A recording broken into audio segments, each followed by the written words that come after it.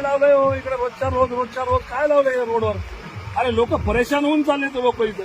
आता तुमच्या इथं बघा जवळपास इथं 3 आणि 3 6 माणसं हायवेला उभे आता बाहेर ड्युटी हाता की नाही काय? गावामध्ये ट्रॅफिकचा एवढा मोठा प्रश्न आहे, ते सगळे तुम्ही इकडे लावले हायवेला. रोजच्या रोज लाखो रुपयाचे तुम्ही इथं ते लोकांपासून हे घ्यायला लागले. एक दिवस ठीक आहे, 2 दिवस ठीक